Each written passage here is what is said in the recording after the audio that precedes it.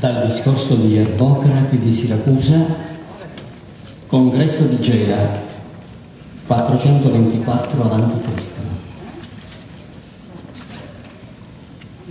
Ed io, che come ho già detto all'inizio, parlo in nome della città più potente e che mi sento più pronto ad assalire che a difendermi, prevedendone gli effetti, giudico più proficua una politica riflessiva, aperta anche a qualche concessione.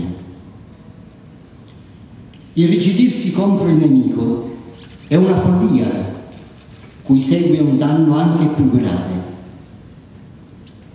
Non vibro a una frenesia dissennata di vittoria che mi inculchi la convinzione di poter egualmente disciplinare il mio personale volere e il corso della fortuna, su cui non vale il mio freno.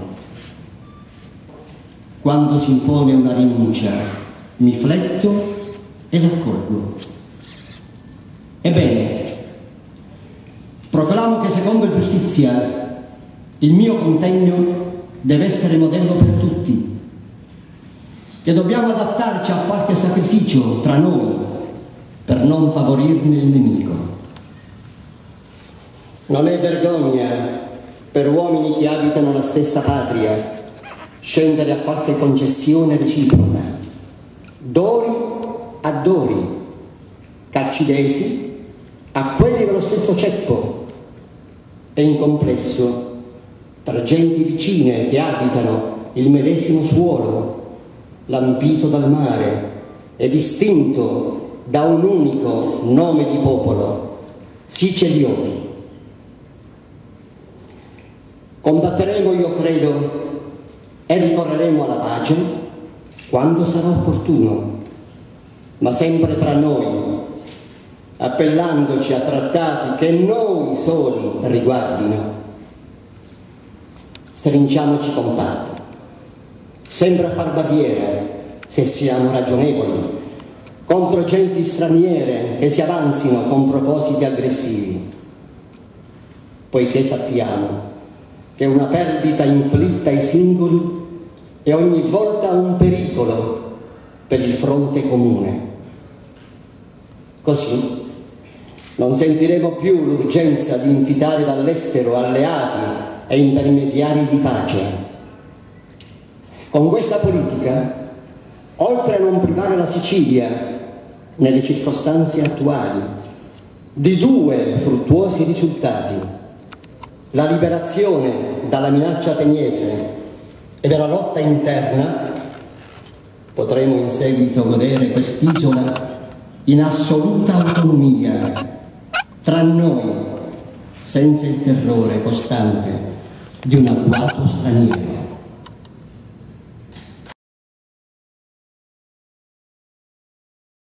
Due passi semplicemente per vedere se quanto abbiamo cercato minimamente di enucleare possa essere verificato sul testo. Per esempio, all'inizio l'incipit del discorso di Ermocrate è molto chiaro: sicilioti, leggo nella traduzione a cura di Canfora per i meridiani fondatori. Non parlerò come rappresentante della mia città, captazio precolenze direte voi, certo, abile retore, non parlo come rappresentante di Siracusa, no, in realtà sì, però non lo dico, che pure non è l'ultima.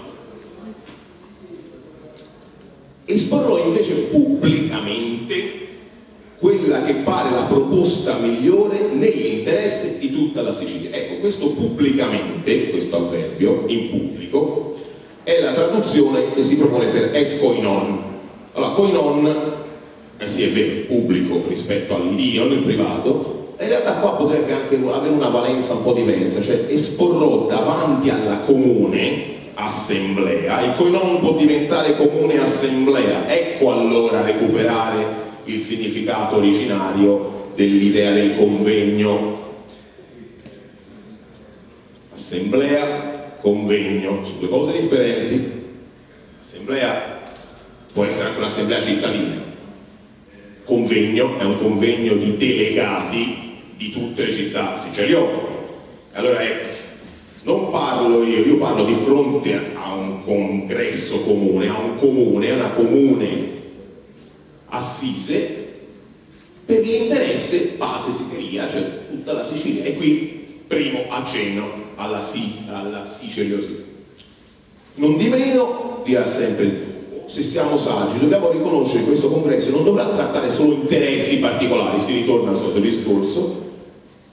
Esso dovrà verificare se saremo ancora in grado di salvare l'intera Sicilia, concetto di insularità. Non è l'interesse di Camarina, non è l'interesse di Lentini, non è l'interesse di Gela, non è l'interesse di Siracusa, è l'interesse comune per salvaguardare l'integrità. Nei confronti di chi? Nei confronti del nemico, ma non è un nemico di stirpe, è un nemico perché è colui che vuole violare il nostro territorio. Non è un nemico di stirpe. Anzi, Ermocrate è tanto intelligente che sottolinea come gli ateniesi usassero il vecchio metodo della Singeria a loro piacimento, cioè siccome siamo ioni, ci riconosciamo nel santuario di Apollo a Delo e siamo ioni come siete ioni a Lentini, come sono ioni a Reggio, perché sono di origine calcinese, quindi eoica, allora siamo tutti uniti dal sangue.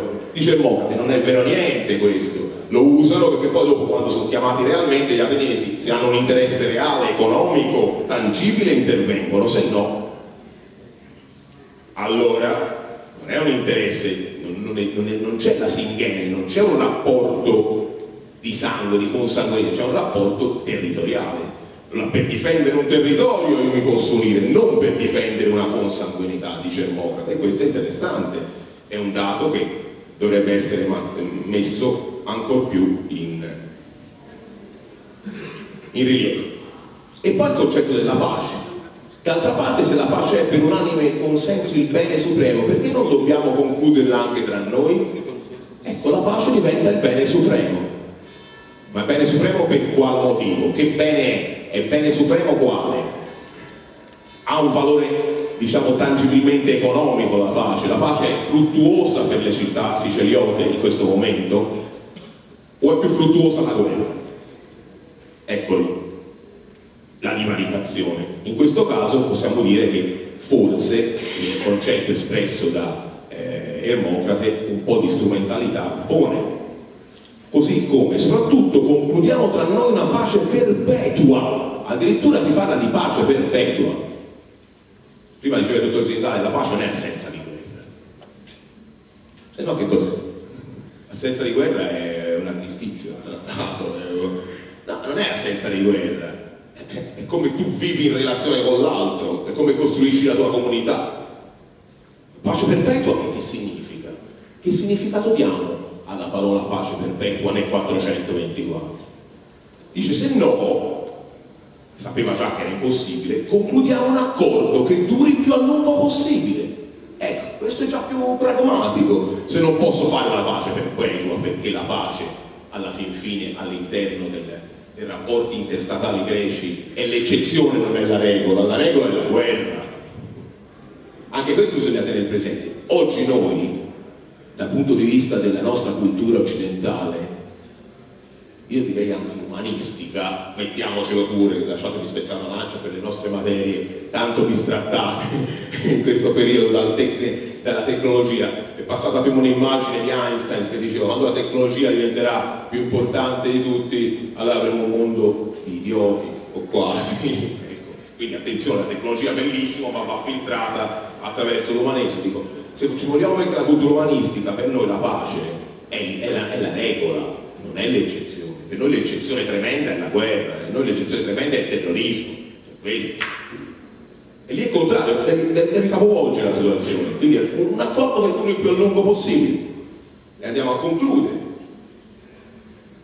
E allora finisco, perché non è un disonore che compatrioti facciano delle concessioni ad altri compatrioti, ma non è assolutamente, dice Ermocrate, disonorevole, doni ad altri doni, e qui siamo nell'ambito della Singeneia, calcinesi ad altri della medesima stirpe, e qui siamo nell'ambito della Singeneia, lo facevano anche gli ateniesi e gli spartani, non c'è differenza. E e che in generale si facciano concessioni popoli vicini che abitano la stessa identica terra circondata dal mare. Popoli vicini che abitano la stessa identica terra circondata dal mare. Ecco, questo è un concetto che lui dice si chiamano sicilioti, ma è un concetto aperto questo.